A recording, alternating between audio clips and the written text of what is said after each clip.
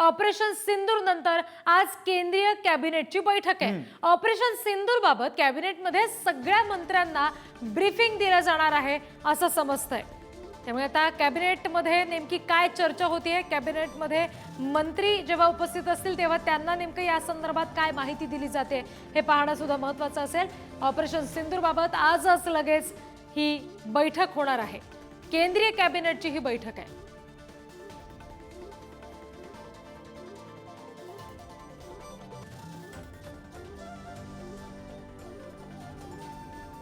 तर जगानं दहशतवादासाठी शून्य सहनशीलता दाखवली पाहिजे, परराष्ट्र मंत्री एस जयशंकर यांनी ही एक्स पोस्ट केलेली आहे। रिद्धी खरं तर भारताच्या ऑपरेशन सिंदूर नंतर परराष्ट्र मंत्र्यांनी ही ठाम भूमिका घेतली। The world must show zero tolerance for terrorism आणि हॅशटॅग ऑपरेशन सिंदूर अशी ही एक्स पोस्ट एस जयशंकर यांनी केलेली आहे। जी निश्चित, आणि त्याच्यामुळे आता भारताच्या परराष्ट्र मंत्र्यांकडून ही आता एक्स पोस्ट समोर येताना आपल्याला पाहायला मिळते। एस जयशंकर यांनी या सगळ्या संदर्भात अगदी स्पष्ट विधान केलं असं म्हणायला हरकत नाही।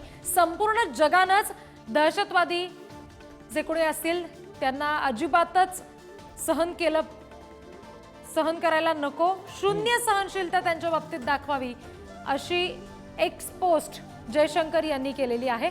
आणि दहशतवादासंदर्भात आणि एकंदरीत भारतानं जे ऑपरेशन सिंदूर राबवलंय त्या संदर्भात अगदी स्पष्टपणे आपली प्रतिक्रिया व्यक्त केलेली आहे। त्यासाठीची एक्स पोस्ट जयशंकर यांनी केलेली आहे।